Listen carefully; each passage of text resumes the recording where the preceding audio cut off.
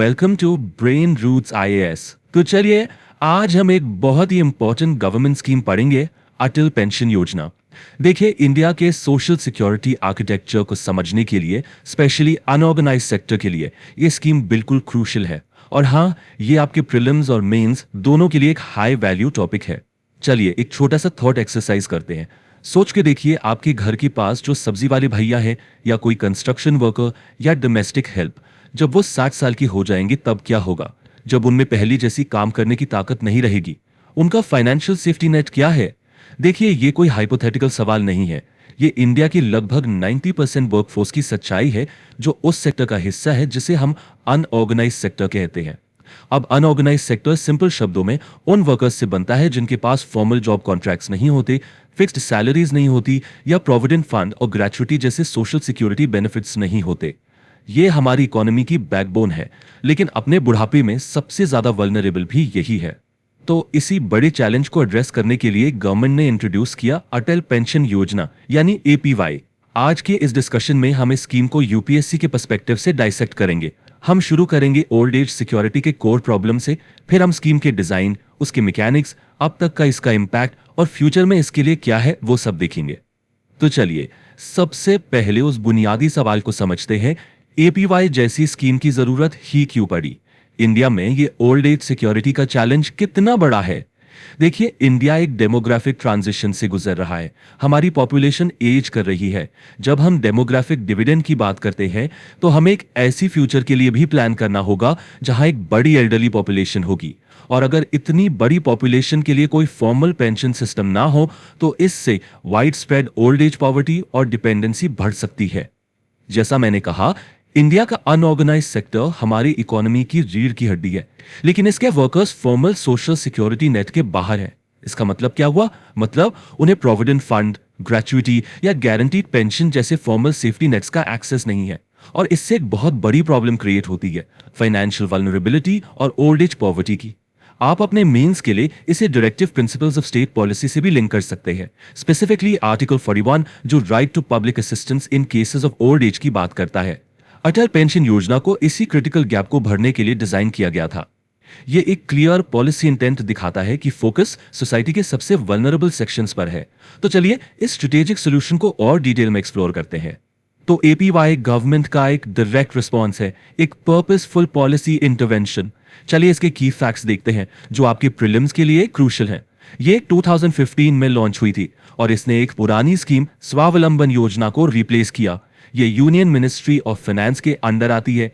एक इंपॉर्टेंट बात नोट करने वाली है कि ये एक सेंट्रल सेक्टर स्कीम है। इसका मतलब है कि इसकी 100% फंडिंग सेंट्रल गवर्नमेंट करती है, जो इसे सेंट्रली स्पॉन्सर्ड स्कीम से अलग बनाती है, जहां स्टेट्स भी कंट्रीब्यूट करते हैं। इसका कोर ऑब्जेक्टिव है वॉलंटरी रिटायरमेंट सेविंग्स को प्रमोट करना एक डिफाइंड पेंशन के लिए। यहां डिफाइंड पेंशन शब्द की है, मतलब पेंशन का अमाउंट गारंटीड है, मार्केट लिंक्ड स्कीम्स की तरह नहीं जहां रिटर्न्स फ्लक्चुएट हो सकते हैं। ये एक तरह की डिफाइंड बेनिफिट स्कीम है। अच्छा, तो इस स्कीम को जमीन पर इंप्लीमेंट कौन करता है? इसकी नोडल एजेंसी है पीएफआरडीए, यानी pension fund regulatory and development authority. PFRDA India में पूरे पेंशन सेक्टर का मेन रेगुलेटर है। ये एपीवाई को नेशनल पेंशन सिस्टम एनपीएस के ब्रॉड अम्ब्रेला के अंडर मैनेज करता है। और ये काफी एफिशिएंट है क्योंकि एपीवाई एनपीएस के एग्जिस्टिंग इंफ्रास्ट्रक्चर और इन्वेस्टमेंट मैनेजमेंट फ्रेमवर्क का फायदा उठाता है। इससे प्रोफेशनल फंड मैनेजमेंट और रेगुलेटरी ओवरसाइट दोनों एंश्योर हो जाती है। ऑलराइट, तो हमने व्हाई और व्हाट समझ लिया। अब आते हैं हाउ पर। यह स्कीम आखिर प्रैक्टिकल लेवल पर काम कैसे करती है, कौन ज्वाइन कर सकता है और कंट्रीब्यूशन के रूल्स क्या हैं? चलिए इसके मैकेनिक्स में डाइव करते हैं। अब एलिजिबिलिटी क्राइटेरिया पर खास ध्यान दीजिए क्योंकि ये क्लासिक प्रीलिम्स क्वेश्चंस हैं। कोई भी इंडियन सिटीजन जिसका बैंक अकाउंट है और एज 18 से 40 साल के बीच है, वो ज्वाइन कर सकता है। ये एज ब्रैकेट एक लंबे कंट्रीब्यूशन पीरियड को इंश्योर करने के लिए बनाया गया है। लेकिन यहां सबसे इंपॉर्टेंट फिल्टर है, वो इनकम टैक्स पेयर नहीं होना चाहिए।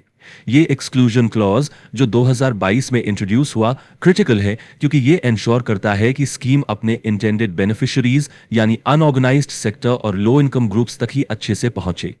ये स्लाइड स्कीम के कोर प्रिंसिपल को बिल्कुल साफ दिखाती है, जो कंपाउंडिंग की पार पर बेस्ड है। प्रिंसिपल सिंपल है, आप जितनी जल्दी ज्वाइन करेंगे आपका मंथली कंट्रीब्यूशन उतना ही कम होगा। फॉर एग्जाम्पल, एक 18 साल का व्यक्ति अगर 5,000 रुपये मंथली पेंशन चाहता है तो उसे सिर्फ 210 रुपीज पर मंथ कंट्रीब्यूट करना होगा। लेकिन एक 40 साल का व्यक्ति अगर सेम पेंशन अमाउंट के लिए ज्वाइन करता है तो उसे 1,454 रुपीज पर मंथ कंट्रीब्यूट करना पड़ेगा। पेंशन खुद एक फिक्स्ड गारंटीड अमाउंट है, 1,000 से 5,000 रुपीज पर मंथ तक, जो 60 साल की एज से शुरू होती है। स्कीम में फ्लेक्सिबिलिटी भी है, सब्सक्राइबर्स मंथली, क्वार्टरली या हाफ ईयरली बेसिस पर कंट्रीब्यूट करने का ऑप्शन चूज कर सकते हैं। ये एक बहुत ही थॉटफुल फीचर है जिसे खास तौर पर अनऑर्गेनाइज्ड सेक्टर के लोगों जैसे किसान या डेली वेज लेबरर्स के इरेगुलर और सीजनल इनकम स्ट्रीम्स को ध्यान में रखकर डिजाइन किया गया है। स्कीम को एक इनिशियल पुश देने और अर्ली अडॉप्शन को एनकरेज करने के लिए गवर्नमेंट ने एक को कंट्रीब्यूशन इंसेंटिव इंट्रोड्यूस किया था। जो लोग जून 2015 से मार्च 2016 के बीच ज्वाइन किए, उनके लिए गवर्नमेंट ने सब्सक्राइबर के कंट्रीब्यूशन का 50% या 1,000 रुपए पर ईयर, जो भी कम था, 5 साल तक कंट्रीब्यूट किया। ये याद रखना जरूरी है कि ये बेनिफिट अब नए सब्सक्राइबर्स के लिए अवेलेबल नहीं है, लेकिन शुरुआत में एनरोलमेंट को बढ़ाने के लिए ये एक क्रूशियल स्टेप था। तो ये तो हुई कंट्रीब्यूशन की बात, लेकिन अब आते हैं सबसे इंपॉर्टेंट हिस्से पर, बेनिफिशियरी के पर्सपेक्टिव से। एक्चुअल बेनिफिट्स क्या है, सब्सक्राइबर और उनकी फैमिली को क्या मिलता है? यही उस सोशल सिक्योरिटी नेट का हार्ट है जिसे एपीवाई क्रिएट करना चाहता है। देखिए, इसका पे आउट मैकेनिज्म एक बहुत ही रोबस्ट 3 टियर सिस्टम है। पहला, 60 साल की उम्र से सब्सक्राइबर को life long guaranteed monthly pension मिलती है। दूसरा, सब्सक्राइबर की डेथ के बाद उनके स्पाउस को पूरी लाइफ सेम पेंशन अमाउंट मिलता रहता है। और तीसरा, सब्सक्राइबर और स्पाउस दोनों की डेथ के बाद जो पूरा अक्यूमुलेटेड पेंशन कॉर्पस है वो उनके नॉमिनी को लौटा दिया जाता है। इससे एपीवाई सिर्फ एक इंडिविजुअल पेंशन स्कीम नहीं बल्कि एक comprehensive family social security scheme बन जाती है। आपके मेंस आंसर्स के लिए एक बहुत स्ट्रॉन्ग पॉइंट। पेंशन के अलावा कुछ और भी की बेनिफिट्स हैं। एपीवाई में किए गए कॉन्ट्रीब्यूशंस सेक्शन 80C(1) के अंडर टैक्स डिडक्शन के लिए एलिजिबल है, बिल्कुल एनपीएस की तरह। अगर अनफॉर्चुनेट इवेंट में सब्सक्राइबर की डेथ 60 साल से पहले हो जाती है तो स्पाउस के पास ऑप्शन होता है कि या तो अकाउंट बंद करा के कॉर्पस ले लें या फिर अकाउंट में कंट्रीब्यूट करना जारी रखें। फुल प्रीमेच्योर एग्जिट सिर्फ कुछ स्पेसिफिक सीरियस हालतों में ही अलाउड है, जैसे सब्सक्राइबर की डेथ या टर्मिनल इलनेस का डायग्नोसिस। वैसे वॉलंटरी एग्जिट पॉसिबल है, लेकिन याद रखें कि सब्सक्राइबर को सिर्फ उनका अपना कंट्रीब्यूशन और उस पर अर्न किया हुआ नेट एक्चुअल इंटरेस्ट ही वापस मिलता है, अकाउंट मेंटेनेंस चार्जेस काटने के बाद। तो आखिर स्कीम कागज पर तो काफी अच्छी लगती है, लेकिन इसकी ग्राउंड परफॉर्मेंस कैसी रही है, इसका इंप्लीमेंटेशन कैसा हुआ है और 2015 में लॉन्च होने के बाद से इसकी प्रोग्रेस क्या रही है? चलिए इसके इम्पैक्ट को असेस करते हैं। ये नंबर इस स्कीम के स्केल का सबूत है। 2024 की शुरुआत तक स्कीम 6 करोड़ सब्सक्राइबर्स का आंकड़ा पार कर चुकी थी और ये नंबर इन प्रोजेक्टेड फिगर्स की तरफ तेजी से बढ़ रहा है। ये एक बहुत बड़ी अचीवमेंट है जो स्कीम की मैसिव रीच को दिखाती है।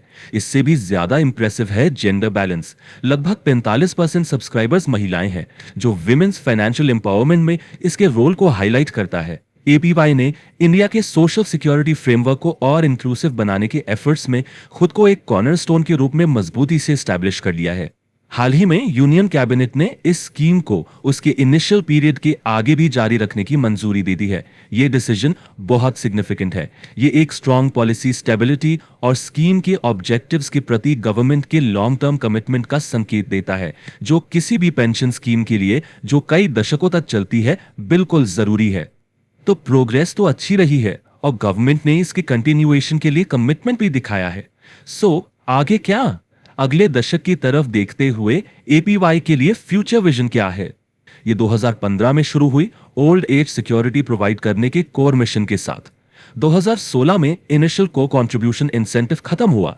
स्कीम को जारी रखने का फैसला एक स्ट्रॉन्ग पॉलिसी कन्विक्शन दिखाता है और अब गवर्नमेंट ने एक नया टारगेट होराइजन सेट किया है 2031 का, जो इंडिया में सोशल सिक्योरिटी को एक्सपैंड करने के लिए एक लॉन्ग टर्म स्ट्रेटेजिक विजन का इशारा है। तो इन फ्यूचर गोल्स तक पहुंचने की स्ट्रेटेजी क्या है? पहला, टारगेटेड प्रमोशनल एक्टिविटीज के जरिए आउटरीच को और गहरा करना, स्पेशली रूरल और सेमी अर्बन एरियाज में बैंक्स और पोस्ट ऑफिस के नेटवर्क का इस्तेमाल करके। दूसरा, अवेयरनेस और कैपेसिटी बिल्डिंग पर फोकस करना। ये बहुत जरूरी है क्योंकि अभी भी कई पोटेंशियल बेनिफिशियरीज इस स्कीम से अनजान हैं। और तीसरा, गवर्नमेंट ने गैप फंडिंग प्रोवाइड करने का कमिटमेंट दिया है। ये एक सॉवरेन गारंटी है कि फंड में किसी भी कमी को कवर किया जाएगा ताकि प्रॉमिस्ड पेंशन हमेशा दी जा सके। तो आखिर में आपकी एनालिटिकल मेंस आंसर्स के लिए सबसे बड़ा सवाल, क्या एपीवाई सच में इंडिया के सोशल सिक्योरिटी लैंडस्केप को ट्रांसफॉर्म कर सकती है? देखिए, ये एक बहुत बड़ा कदम है, लेकिन चैलेंजेस भी हैं। पेंशन अमाउंट जो 1000 से 5000 तक है, शायद फ्यूचर में इन्फ्लेशन की वजह से काफी ना हो। इररेगुलर इनकम वाले लोगों से कंसिस्टेंट कॉन्ट्रीब्यूशंस इंश्योर करना भी एक चैलेंज है। और फाइनेंशियल लिटरेसी बढ़ाना सबसे जरूरी है। लेकिन इसका पोटेंशियल बहुत ज्यादा है। ये गरीबों के बीच रिटायरमेंट के लिए सेविंग का एक कल्चर बना रही है, महिलाओं को फाइनेंशियली एम्पावर कर रही है और एक पेंशन सोसाइटी की नींव रख रही है। जब आप अपना आंसर फ्रेम करें तो इन प्रोज और कॉन्स के बारे में जरूर सोचिए। If you found this lecture helpful, like, share and subscribe to the channel.